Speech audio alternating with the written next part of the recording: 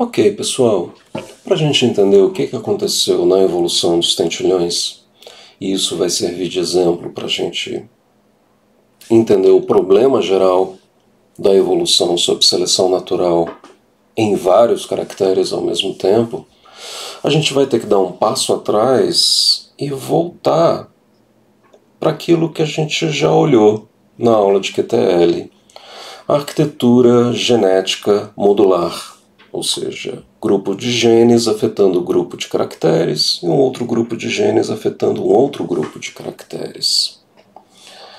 Essa ideia, na verdade, surgiu muito antes dos estudos de QTL e dos estudos de genética quantitativa formais. Essa ideia aparece e ganha força lá pelo final da década de 50 e começo da década de 60, com dois trabalhos que eu considero que foram seminais, tá? O primeiro, da russa Raissa Berg, publicado na revista Evolution em 1960, com esse título, A Significância Ecológica das Pleiades de Correlação. E por Pleiades ela estava se referindo na linguagem moderna a módulos, tá? E o outro trabalho é o trabalho do Olson e do Miller, lá do Museu de Chicago, do Field Museum, que culminou na publicação do livro Integração Morfológica em 1958. O trabalho da Raissa é extremamente elegante. É um exemplo de ciência simples e bem feita. O que ela fez? Ela pegou plantas que tinham polinizadores específicos e plantas que não tinham polinizadores específicos. Então, plantas que eram polinizadas por um inseto especificamente e plantas que eram polinizadas pelo vento, por exemplo. E ela foi olhar a correlação entre as partes desses organismos, entre as partes dessas plantas, particularmente entre as partes vegetativas e reprodutivas. E o que ela descobriu? Quando eu olhava para as plantas que tinham polinizadores específicos, ela via um grupo de caracteres altamente correlacionados que eram a parte vegetativa. Um outro conjunto de caracteres altamente correlacionados que eram a parte reprodutiva. E entre esses dois blocos de caracteres, ela via correlações muito mais fracas, se aproximando de zero. Por outro lado, quando ela ia para plantas que eram polinizadas, não eram polinizadas por polinizadores específicos, eram polinizadas pelo vento, por exemplo, o que ela observava? Ela observava uma correlação altíssima entre todas as partes, tanto as partes vegetativas quanto as partes reprodutivas, que é o que vocês estão vendo aqui nessa tabela de correlação. Então eu separei um trecho só para vocês verem o raciocínio da Berg naquela época. Ela dizia: a presença de correlações entre, por exemplo, as dimensões de uma parte do organismo e a ausência de correlação entre essas dimensões e outras partes do mesmo organismo indicam independência de certos processos de desenvolvimento com respeito a outros processos dentro do organismo.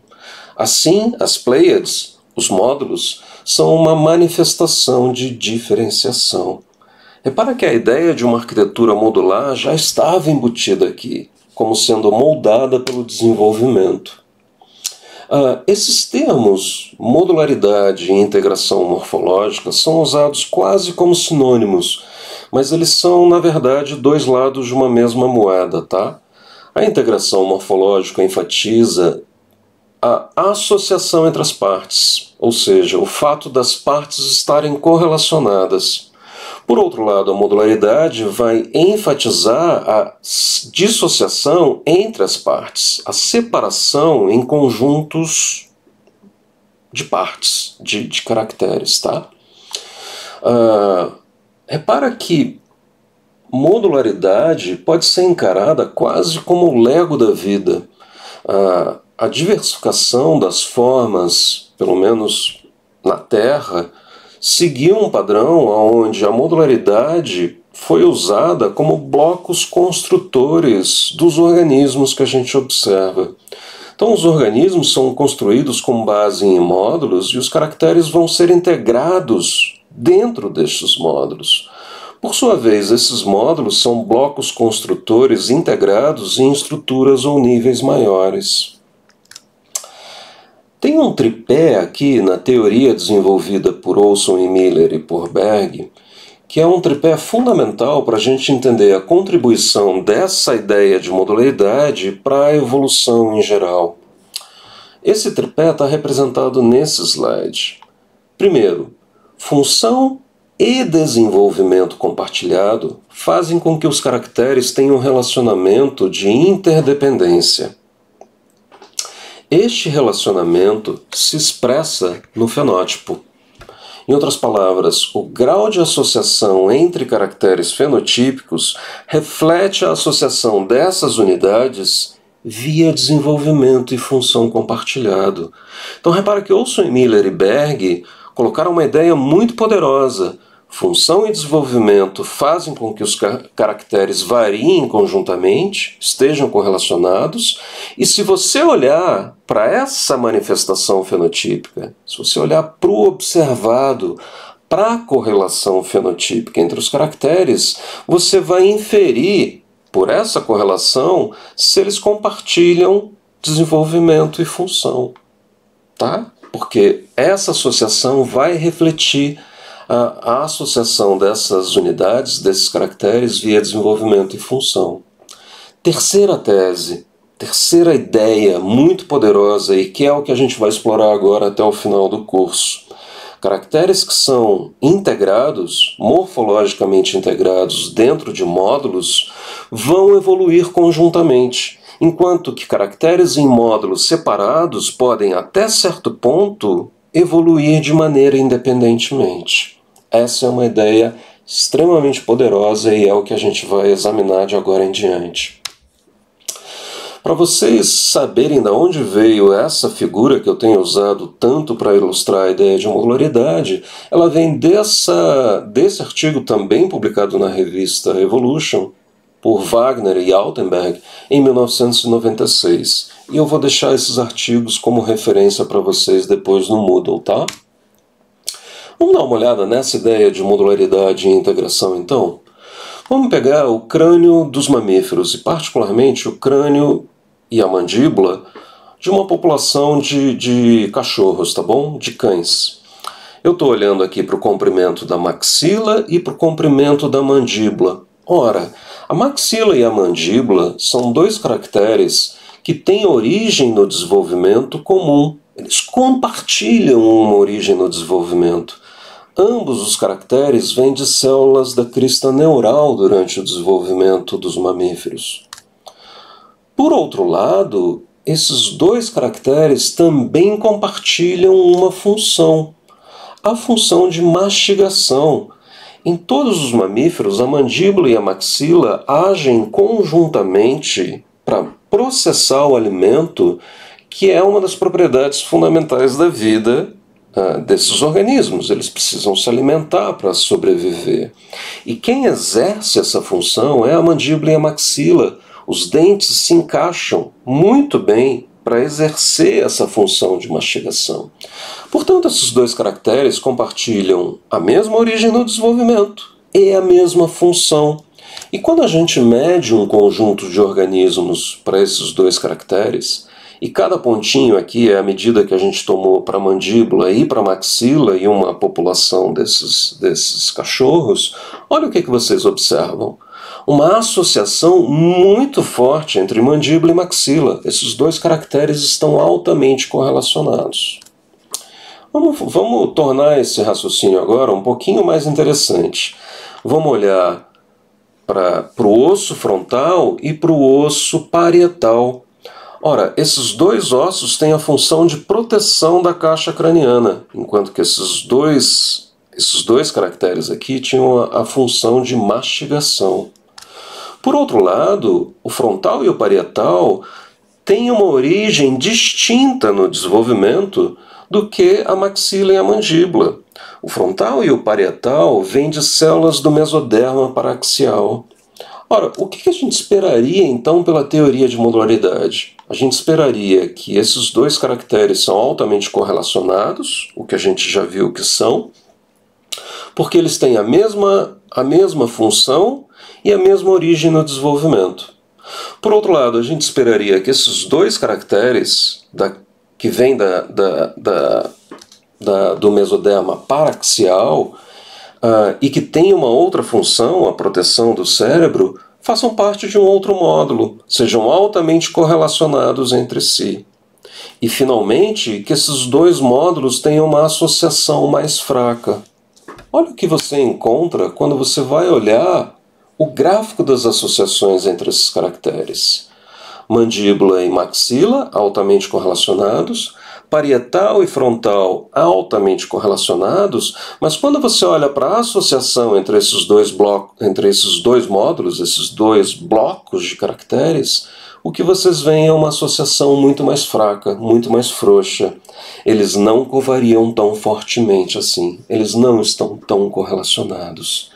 Isso daqui é a manifestação da modularidade, moçada. E este padrão que vocês estão observando aqui, na verdade, remete a um padrão observado nos QTLs.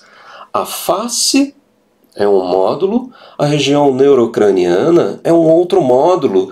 E eu posso dizer para vocês, porque isso vem do meu próprio trabalho, que esse é um padrão absolutamente geral em mamíferos. A face é um módulo, o neurocrânio é um outro módulo. E a associação entre essas duas partes é muito mais fraca.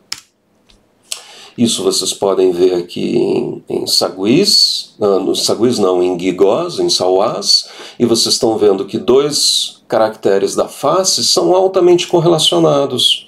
E quando você vai para um outro grupo de macacos da América do Sul, os bugios, o mesmo padrão é observado nos mesmos dois caracteres, uma associação muito forte nesses dois caracteres da face. Bacana! Qual é a nossa tarefa agora? A nossa tarefa vai ser usar essa teoria para entender a evolução multivariada, a evolução em vários caracteres ao mesmo tempo. E repara que do ponto de vista genético, está faltando só a gente fechar um raciocíniozinho. Eu disse para vocês que a variância fenotípica é igual à variância genética mais a variação ambiental.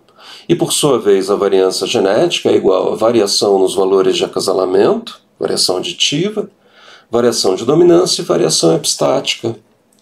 Ora, o mesmo raciocínio a gente pode usar para correlação entre caracteres. A correlação fenotípica entre os caracteres é devida a uma contribuição da correlação dos valores de acasalamento, da correlação dos desvios de dominância e da correlação ambiental. Ora, a correlação fenotípica, então, tem um componente genético aditivo, um componente que diz o quanto dois caracteres são compartilhados devido ao efeito médio dos alelos que os indivíduos carregam.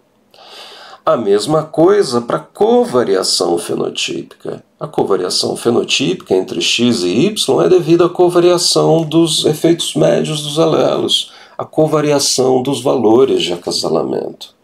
E se isso parece muito abstrato para vocês, eu fiz o seguinte exercício.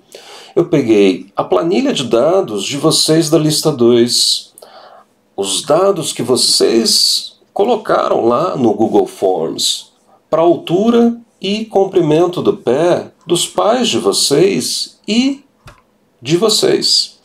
E fiz o seguinte, calculei a correlação entre o comprimento do pé dos filhos da geração filial em relação à altura do casal. E também entre a altura filial e o pé do casal. E vocês estão vendo que a correlação entre esses dois caracteres entre as gerações é forte, é intermediária, é ali em torno de 0,46, 0,51. Se a gente tira a média dessas duas correlações, pé com altura no casal e altura nos filhos com o pé do casal, a gente chega a uma correlação genética entre esses dois caracteres de 0,485. E uma covariância de 3,86. Uma covariância dos valores de acasalamento. Em outras palavras, Genes que afetam a altura do casal também têm efeitos pleiotrópicos sobre o comprimento do pé dos filhos. Genes que afetam o comprimento do pé do casal também têm efeitos sobre a altura dos filhos. E por causa disso, vocês veem uma associação genética entre esses dois caracteres. Ora, então repara que a gente pode representar a covariação e a correlação tanto em forma de números, uma tabela, que na verdade é uma matriz, que dá as associações entre essas partes, ou em forma gráfica. A nossa tarefa no próximo vídeo vai ser entender como isso impacta a evolução, porque até agora a gente tem falado da resposta à seleção do ponto de vista univariado, né? Os pais sofrem a seleção e isso vai causar uma mudança na média dos caracteres. Agora a gente vai olhar para isso do ponto de vista multivariado, como 2 ou mais caracteres evoluem ao mesmo tempo. E vocês vão ver que isso tem consequências inesperadas para a evolução. Até o próximo vídeo.